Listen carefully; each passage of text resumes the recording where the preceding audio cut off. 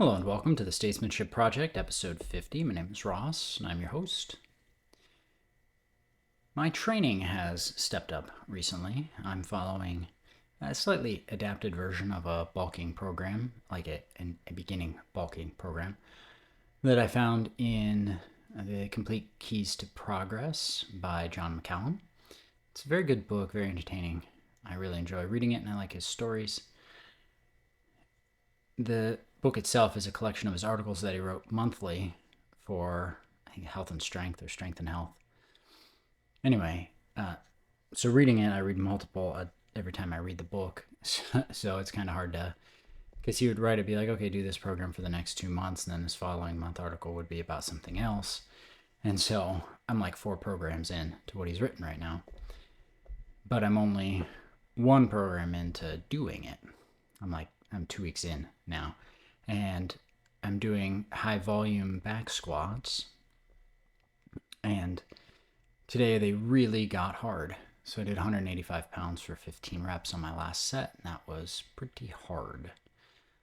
Granted, I haven't done any of this in a long time, and anybody who's been doing this for a considerable period of time would probably think that that would only be challenging if they were doing it with one leg. But I digress. The point here is that you have to progress at your own pace and not be afraid to do your best, even if it's insignificant to someone who's much bigger and much stronger than you. Strength training is a personal journey, and so we have to go on that on our own. Even if we have a training partner, you might be walking the path together. You'll probably only be walking it for a short period of time, and then you will continue about your path by yourself, perhaps with a different training partner, and then your paths will coincide, but no 2 paths are the same. You look at someone like Mike Menser and Dorian Yates, their paths overlapped for a short period of time, and there's great success in that, but Dorian Yates has walked a very different path than Mike Menser did. And so when we approach strength training, as with all things in life, we must recognize that we are walking our own path. We have to go wherever the journey takes us, and we have to pursue it to the best of our abilities and not be ashamed or afraid of the path that we're walking. And we must also not be afraid to ask for help if we end up too far in the brambles, or if we end up lost and don't know kind of where we're going, we end up meandering a bit. And this is where other relationships in our lives can help us out. Certainly the most important of those relationships is your marriage. I highly recommend that everyone, unless you're called to the devout life, such as a priest or a nun, that you seek out a partner for life. Seek out a husband or a wife. In my case, it's a wife. I'm assuming most of the people that watch this stuff are men, and so you should be looking for a wife as well if you don't have one already. And if you do have one, you should do everything you can to appreciate that relationship, because it will protect you and keep you safe from a lot of the worst parts of your nature, and it will also keep you from meandering too much in life. It can give you purpose and direction and help you find out what it is that you ultimately are called to do. And that's what a vocation is. A vocation is a calling from God. We have occupations, which is work, and that just occupies our time. We have multiple occupations, whether we get paid for them or not. But we only have one vocation, and it's either to the married life or to the religious life, the devout life. And we have to make that decision somewhat earlier in life, because the longer we are dedicated to our vocation, the happier our lives will be. I am fortunate to have a wonderful marriage. Love my wife very much. But I was not fortunate enough to have this until very recently. And so, to all young men out there, seek this relationship out as early as possible. Because without it, your life will just meander and be kind of purposeless.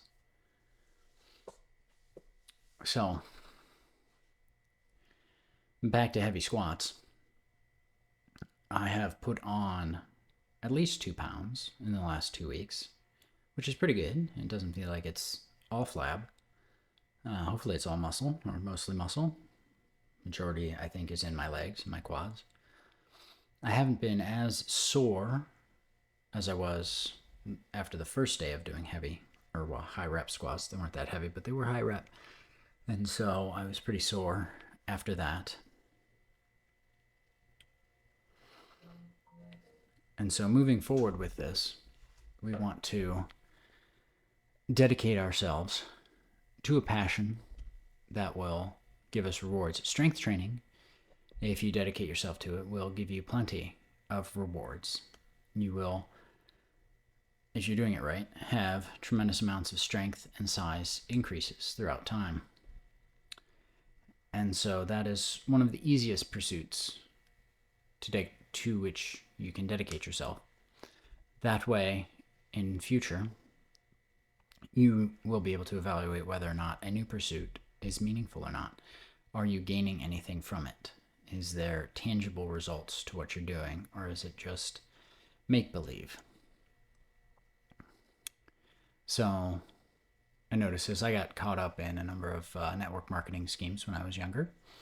And, when you're 20 and you want to be successful and someone sells you a bill of goods, you're really kind of unaware of what this actually is. And you aren't aware that if something sounds too good to be true, it probably is. And so if you're like me, you had to learn the hard way. And in learning the hard way, you take away valuable lessons, but experience runs an expensive school. Fools will learn by no other. And I was a fool. So if you get into heavy strength training and you really enjoy it and you see the results you get from it, recognize what it is that gave you those results. It wasn't just hard work. It was effective planning, programming, and it was consistent reevaluation of your results. And so if someone is trying to sell you something that sounds too good to be true, look at how you can evaluate your progress and your results. Look at how they've evaluated their progress and their results. And don't be afraid to ask them for this. Make sure that they can prove to you what they have accomplished. So if you think about it, for strength training, you want to be getting advice from someone who has, at some point in time, achieved considerable size and strength, whether or not they still have it. So I would have no problems taking advice from someone like Dorian Yates. He might not be the biggest and strongest dude in the world now, but he was at one point in time. Well, the biggest, certainly. Maybe not the strongest, but the biggest. Someone like Dan John, very accomplished athlete, very successful coach, so he has a lot of results to back himself up. Guy on the street convincing you can become financially independent by selling internet services or consumer goods, probably not the guy you want to get into business with. Just a thought. But isn't that how life goes? We spend a lot of our time looking for connection and seeking out people that we can connect with in order that we may experience connection. Is really what it is about. We want to feel like we're part of something, especially when it's something bigger than ourselves. And we want to feel like we belong to something. And that can be a good thing. And certainly, if it's the right association, it can be wonderful. Obviously, your marriage. And I also would like to think the church, the Catholic Church, is a good community to belong to. I find that I like being there on Sundays, even though I don't actually know really anybody, which makes it difficult. I'm one of the youngest people in the church, certainly one of the youngest without children, so I don't have any way to connect to a lot of people there. I've been working a lot of nights, so joining the Knights of Columbus hasn't helped me either, even though I think most of the people there are like 70 and above. Yeah, so I do this and talk to myself and record it. I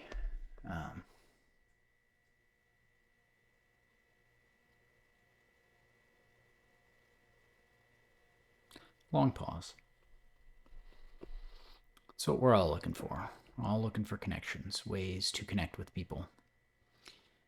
And in our world, we are incredibly separated from each other. My last episode was about achieving a collective we, and we have to have an identity of who we are first, and then we have to have a small group of friends before we can have a large group of people. We have to have a community, if you will. And if we don't have a community, we can't hope to have a nation. And these are the hurdles that we are going to face over the next several years, is building communities, and then from that expanding into nations, and then political bodies that are capable of representing and defending themselves.